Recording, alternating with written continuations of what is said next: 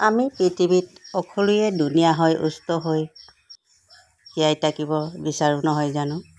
চৰাই চিৰিকটিয়ে হওক বা প্ৰকৃতিয়ে হওক, জীৱ জন্তুৱেই হওক, গছ-গছনিয়ে হওক, অকলশৰীয়া পৃথিৱীত জীয়াই থকাটো বিচাৰোঁ নহয় জানো।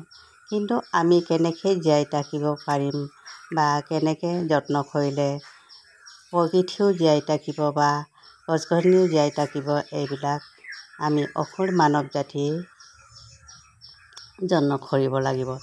এনেকৈ চাওক, মই ফুলবিলাক এনেকৈ যত্ন কৰি আছোঁ, মানে যিবিলাক ফুল আগতীয়াকৈ ফুলি গ'ল, এই ফুলবিলাক কাটিং কৰি মই আকৌ ধুনীয়াকৈ এতিয়া সজাইছোঁ। ধুনীয়াকৈ এটা ফুলি আছে, দেখিছে আপোনালোকে। আৰু কিমান এবাৰ ফুলি যোৱাৰ পিছত মানুহবিলাকে এনে থৈ দিয়ে, যত্ন নকৰে, তেতিয়া গছজোপা মৰহি যায়। কিন্তু আপোনালোকে যদি কাটিং কৰি ধুনীয়াকৈ যত্ন কৰে, তেতিয়া আপোনাৰ কিছুমান ফুল 12 মাহেই আপোনালোকে পাই থাকিব। সেইকাৰণে যত্ন কৰিব লাগে। সকলো মানৱ জাতিয়ে হওক বা প্ৰকৃতিয়ে হওক, সকলোকে যত্নত ৰাখিলে ধুনীয়া হৈ থাকে। এই আপোনালোকে এই অপৰাজিতা গছটো চাওক, এতিয়া মোৰ ৰোৱাটো আপোনালোকক দেখুৱাইছিলোঁ। 2 বছৰ হ'ল।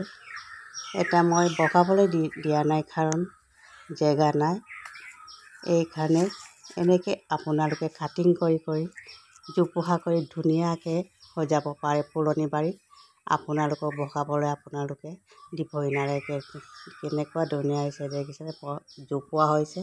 বগালে আপোনাৰ বহুত জেগা লাগে, সেইকাৰণে অকলশৰীয়া যত্ন কৰক।